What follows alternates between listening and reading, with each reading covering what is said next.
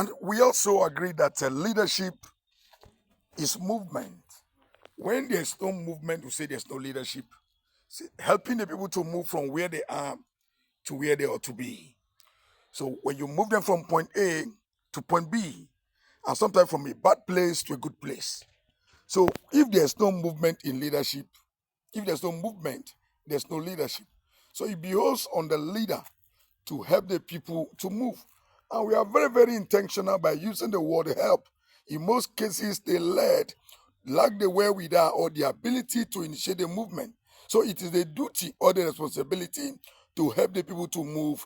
And this movement could be geographical, it could be emotional, it could be psychological, it could be financial. So helping the people, like in churches, for instance, when you have received the 10%, you have to teach the people to maximize the 90% so that they can also sustain the flow of the economy. So if you take the 10% without teaching the people to move with that 90% to multiply it to become robust in all that they do, there's a question in that leadership.